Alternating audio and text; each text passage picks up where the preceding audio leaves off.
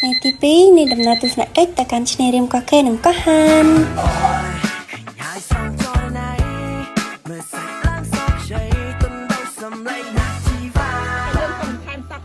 ថ្ងៃទី2នេះយើងនឹងធ្វើដំណើរទៅកាន់ឆ្នេររាមកោះខេនិងកោះហានបន្ទាប់ពីញ៉ាំអាហារពេលព្រឹកហើយយើងក៏នាំគ្នាទៅថតរូបលេងនៅកន្លែងចតទូករបស់រីសត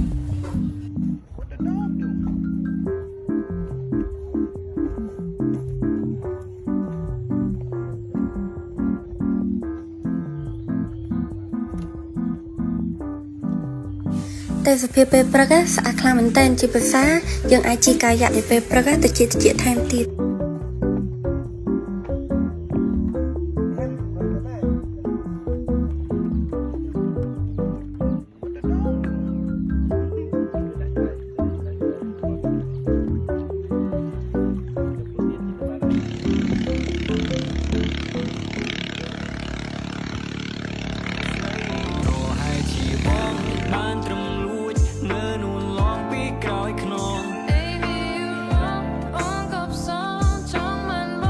បន្ទាប់ពីថតរូបលេងរួចហើយយើងក៏ចូលជុំគ្នាចេញដំណើរទៅកាន់កោះហាន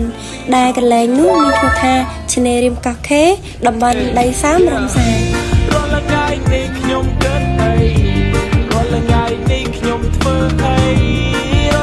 ដើម្បីបានទៅដល់កោះហានយើងធ្វើដំណើរដោយកណូតដែលយើងអាចជិះបានត្រឹមតែ8នាក់តែប៉ុណ្ណោះ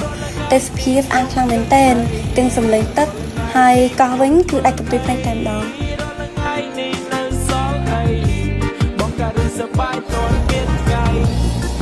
ពេកកកឡើងហុយ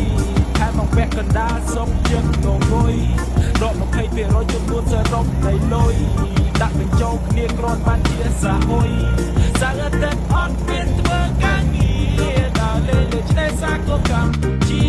ស្រោបយកក្លិនស្រស់ស្រាយពីធម្មជាតិយេឥឡូវពួកយើងបានមកដល់ទីតាំងហើយគឺកោះហាន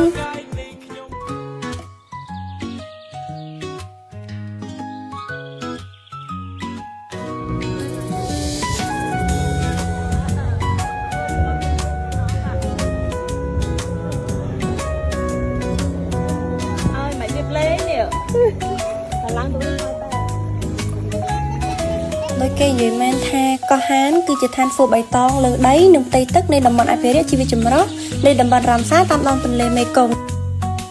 នៅលើកោះហាននេះណាសម្បូរទៅដោយដើមឈើធំជាភាសាទឹកថ្លាដូចកញ្ចក់តែម្ដង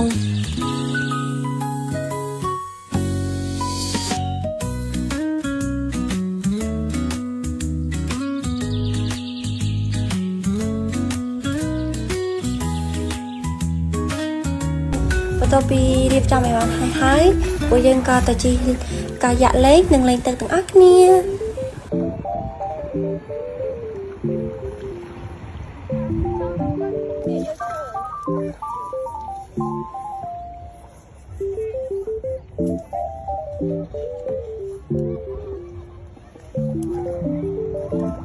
វ៉ាវ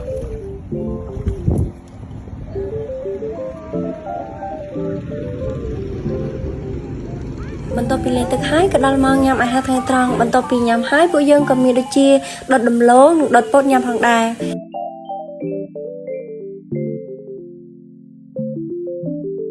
បន្ទាប់ពីញ៉ាំអាហារថ្ងៃត្រង់ហើយយើងក៏នាំគ្នាលេងលោតមឹកជាមួយនឹងបងជាមួយនឹងលោកគ្រូផងដែរ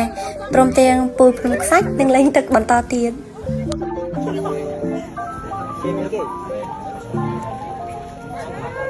ចាញ់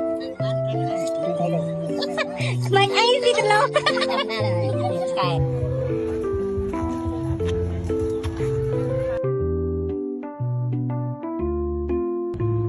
និយាយរួមទៅគឺលេងទឹកហើយញ៉ាំហើយលេងទឹកបន្តទៀតគឺចង់ហៅឲ្យអ្នកទាំងអស់គ្នា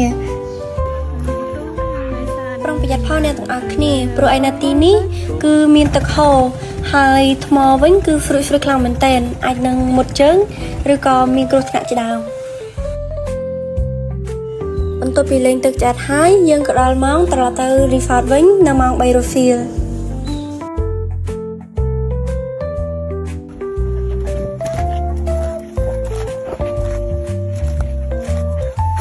ហើយនេះគឺជាអេពីសូតទី2ដែលយើងបានធ្វើដំណើរទស្សនកិច្ចនៅថ្ងៃទី2នៅកោះហាន ចាំជួបគ្នានៅអេពីសូតទី3វគ្គបញ្ចប់ទាំងអស់គ្នាបាយបាយ